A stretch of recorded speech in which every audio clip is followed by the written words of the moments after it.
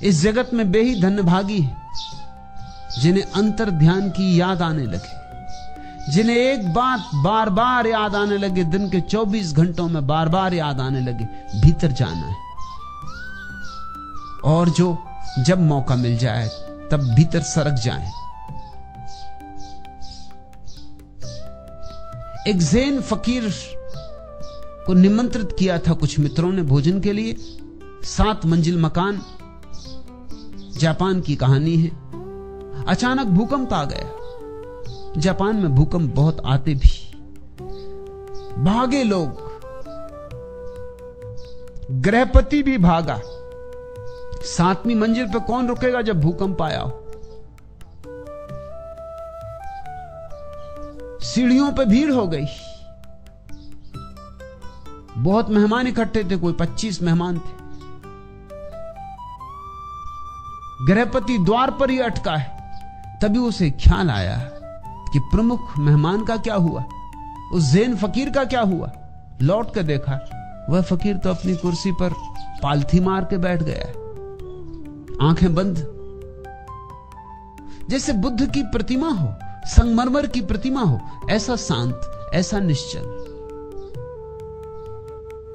उसका रूप, उसकी शांति, उसका आनंद सम्मोहित कर लिया गृहपति को। खींचा चलाया जैसे कोई चुंबक से खींचा चला आता है। बैठ गया फकीर के पास। भूकंप आया और गया। फकीर ने आंख खोली। जहां से बात टूट गई थी भूकंप के कारण, वहीं से उसने बात शुरू कर दी। गृहपति ने कहा, मुझे अब कुछ भी याद नहीं कि हम क्या बात कर रहे थे। ये बीच में इतना बड़ा भूकंप हो गया है, सारे नगर में हाहाकार है, इतना शोरगुल मचा है, इतना बड़ा धक्का लगा है, मुझे कुछ भी याद नहीं हम कहां क्या बात कर रहे थे। अब उस बात को आप शुरू ना करें। अब तो मुझे कुछ और पूछना है। मुझे ये पूछना है कि हम सब भागे, आप क्यों नहीं भागे। फकीर ने कहा, भागा तो मैं भी, मैं भीतर की तरफ भागा, तुम बाहर की तरफ भागे। जहां जिसकी मंजिल है, जहां जो सोचता है सुरक्षा है, उस तरफ भागा। और मैं तुमसे कहता हूं, तुम्हारा भागना व्यर्थ, क्योंकि भूकंप यहां भी है, भूकंप 6वीं मंजिल पर भी है, भूकंप 5वीं मंजिल पे भी है, भूकंप 4थी मंजिल पे भी है, भूकंप सब मंजिलों पर है। भाग कहां रहे हो। जो 5वीं मंजिल पे हैं वो भी भाग रहे हैं, जो 3री मंजिल पे हैं वो भी भाग रहे हैं। भूकंप सड़कों पे भी है, जो सड़कों पे हैं वो भी घरों की तरफ भाग रहे हैं। हर एक भाग रहा है, लेकिन तुम भूकंप से भूकंप में ही भाग रहे हो। मैं भी भागा, मैं भीतर की तरफ भागा, और मैं एक ऐसी जगह जानता हूं अपने भीतर, एक ऐसा स्थान जहां कोई भूकंप कभी नहीं पहुंच सकता, जहां कोई कंप ही नहीं पहुंचता। भूकंप की बात छोड़ दो, जहां बाहर का कोई प्रभाव कभी नहीं पहुंचता। मैं उस अछूते कुंवारे लोक की तरफ भागा। मैं भी भागा, ये ना कहूंगा कि नहीं भागा, तुम्हारी समझ में ना आया हो, क्योंकि तुम एक ही तरह के भागने को पहचानते हो। मैं हाथ पैर से नहीं भागा, मैंने शरीर का उपयोग नहीं किया, क्योंकि इसका उपयोग तो बाहर की तरफ भागना हो तब करना होता है। शरीर तो मैंने शिथिल छोड़ दिया, विश्राम में छोड़ दिया और सरक गया अपने भीतर। वहां बड़ी सुरक्षा है, क्योंकि वहां अमृत है, वहां कोई मृत्यु नहीं। चिंता थी मुझे तो सिर्फ एक, कि कहीं ऐसा ना हो कि भीतर पहुंचने के पहले मर जाऊं। बस जब भीतर पहुंच गया फिर निश्चिंत हो गया। अब कैसी मौत, अब किसकी मौत। बस चिंता थी तो एक, कि ध्यान में मरूं। भूकंप आ गया, मौत तो कभी न कभी आनी ही है, आती ही है। एक ही ख्याल था कि ध्यान में मरूं, ध्यान में जियो, ध्यान में मरो। मंजू, याद आने लगी है, इस याद को गहराओ, सींचो, संभालो। अनजाने, चुपचाप, अध खुले वातायन से आती हुई जुन्हाई साही, तेरी छवि का सुधि सम्मोहन आज बिखर कर सिमट चला है मेरे मन में। छलक उठा है उर का गागर किसी एक अज्ञात ज्वार से, किन सपनों के मदिर भार से, किन किरणों के परस प्यार से। पल भर में यूं आज अचानक यह किस रूप परी विरहन के उर की पीड़ा, मेरे जी में भी चुपके से तिर आई है यूं अनजाने।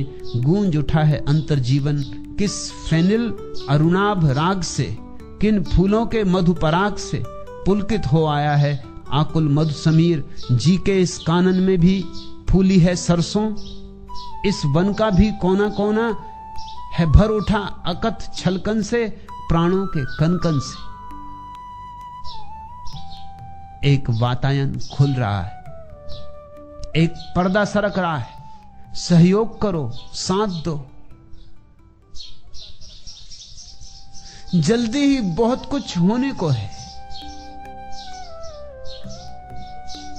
किसने मेरे ख्याल में दीपक जला दिया, ठहरे हुए तालाब का पानी हिला दिया।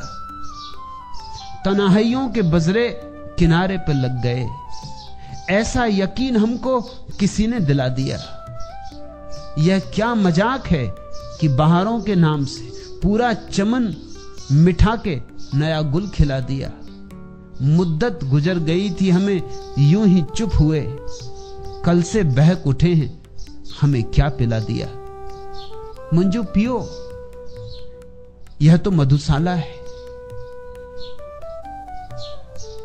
मैं तुम्हें कोई सिद्धांत नहीं सिखा रहा हूं, शुद्ध शराब पिला रहा हूं, अंगूरों से निचोड़ी हुई नहीं, आत्मा से निचोड़ी हुई।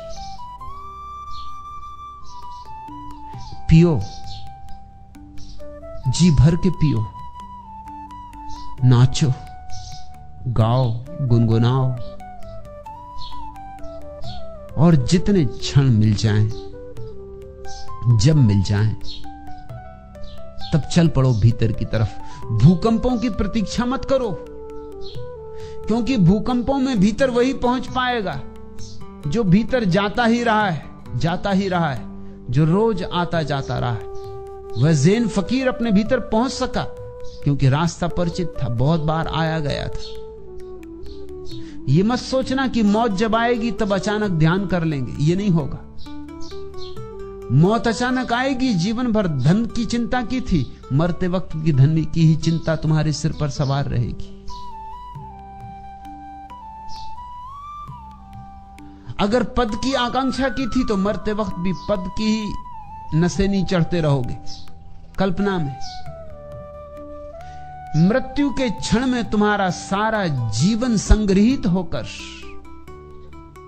तुम्हारे सामने खड़ा हो जाता। तुमने ये बात तो सुनी होगी ना कि जब कोई आदमी नदी में डूब के मरता है तो एक क्षण में सारा जीवन उसके सामने दौड़ जाता है। यह बात सभी के संबंध में सच है, नदी में डूब के मरने वालों के संबंध में ही नहीं। मरती घड़ी में तुम्हारा सारा जीवन सिकुड़ के, जैसे हजारों हजारों फूल से एक बूंद इत्र निचोड़ते हैं, ऐसे तुम्हारे सारे जीवन के अनुभव से एक बूंद निचोड़ाती। लेकिन अगर तुम्हारा सारा जीवन दुर्गंध का ही था तो बूंद दुर्गंध की होगी। अगर सारा जीवन सपना ही सपना था तो ये बूंद भी सपना होगी। और अगर जीवन में तुमने कुछ सत्य भी कमाया था, कुछ ध्यान भी कमाया था, कुछ प्रेम भी जगाया था, कुछ बांटा भी था, कुछ लुटाया भी था, छीना झपटा ही न था, कुछ करुणा भी की थी, तो तुम्हारी अंतिम क्षण की जो प्रतीति होगी, सारा जीवन निचोड़ के एक इत्र की बूंद बन जाएगा। उसी इत्र की बूंद पर सवार होकर तुम परमात्मा की यात्रा पर निकलोगे। मंजू, शुभ हुआ है। अब इस घड़ी को, इस बलिहारी की घड़ी को छिटक मत जाने देना, जोर से पकड़ रखना। अब पकड़ने योग कुछ तुम्हारे पास है, और ध्यान रखना जिनके पास कुछ नहीं है उनके पास गंवाने को भी कुछ नहीं होता, और जिनके पास कुछ है उनके पास गंवाने को भी कुछ होता है। नंगा नहाए तो निचोड़े क्या। जिनको हम साधारण जन कहते हैं, सांसारिक जन, उनको क्या फिक्र, उनके पास गंवाने को कुछ है ही नहीं। हमारे पास एक शब्द है योग भ्रष्ट, उसकी तौल का दूसरा शब्द नहीं है भोग भ्रष्ट। तुमने कभी ऐसा शब्द सुना, भोग भ्रष्ट? भोग भ्रष्ट होता ही नहीं। समतल जमीन पे चलोगे तो कहीं गिरोगे, लेकिन पहाड़ों की ऊंचाइयों पे चढ़ोगे तो गिर सकते हो। योग भ्रष्ट होता है। मंजू, एक घड़ी करीब आ रही सरकती हुई जो बड़ी कीमत की होगी। अंतर्ध्यान की याद आनी शुरू हुई है, जल्दी ही अंतर्ध्यान लगेगा। तब चूक मत जाना, क्योंकि बाहर की जन्मों जन्मों की वासनाएं खींचेंगी, बाहर की जन्मों जन्मों की आदतें खींचेंगी, हजार बाधाएं खड़ी होंगी। मन अंतिम उपाय करेगा अपने को बचा लेने का, क्योंकि ध्यान मन की मृत्यु है। और कौन मरना चाहता? मन भी मरना नहीं चाहता है। लेकिन सजग होकर, खूब सजग होकर 2-4 कदम और फिर मैं तुमसे कहता हूं सुबह करीब है, आखिरी तारे ढलने लगे, सूरज उगा, अब उगा, तब उगा। जरा प्रतीक्षा, जरा धैर्य, और वह महत्वपूर्ण घटना घट सकती है जिसकी तलाश में सारे लोग जाने अनजाने भटक रहे। उसे कहो आनंद की खोज, सत्य की खोज, परमात्मा की खोज, मोक्ष की खोज, या जो भी नाम तुम्हें देना पसंद हो। आज इतना ही।